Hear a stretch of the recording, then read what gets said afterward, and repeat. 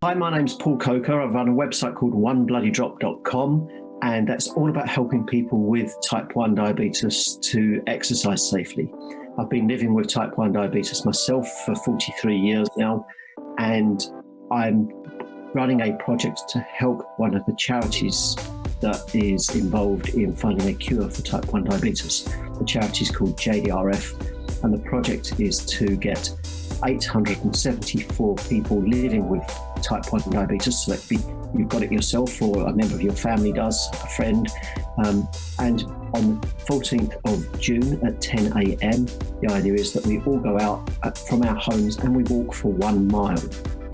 The point of this is it's the last day of Diabetes Week in the UK, and 874 miles, which is the collective distance that we will walk, is the distance from John O'Groats to Land's End. And if we all donate just £1 to JDRF for doing that, then of course we make a significant contribution to their fundraising, which will all go towards finding a cure for type 1 diabetes. Yeah, so I have a history of organising fairly large groups of runners with type 1 diabetes to come and run at half marathons with me. And this year, because they're all cancelled, I decided that I wanted to do something different, and I didn't want to try and organise something at any mass participation event. So I began thinking about what can almost everybody do.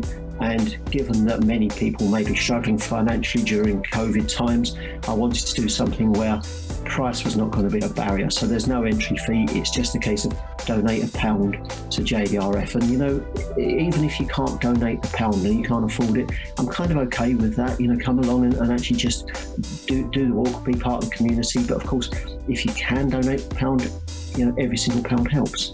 Yes, I think so. And I think that it means that we need to think differently about how we actually support those charities.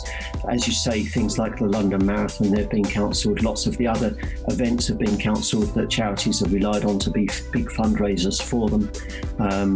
Some are deferred to later in the year, and it remains to be seen whether they're going to go ahead or not, because there's always this fear of a second wave of COVID. So I think we just have to find novel and new ways to actually help the charities to go and help us. And this is just one example. I've never done this before with this number of people and an event like this.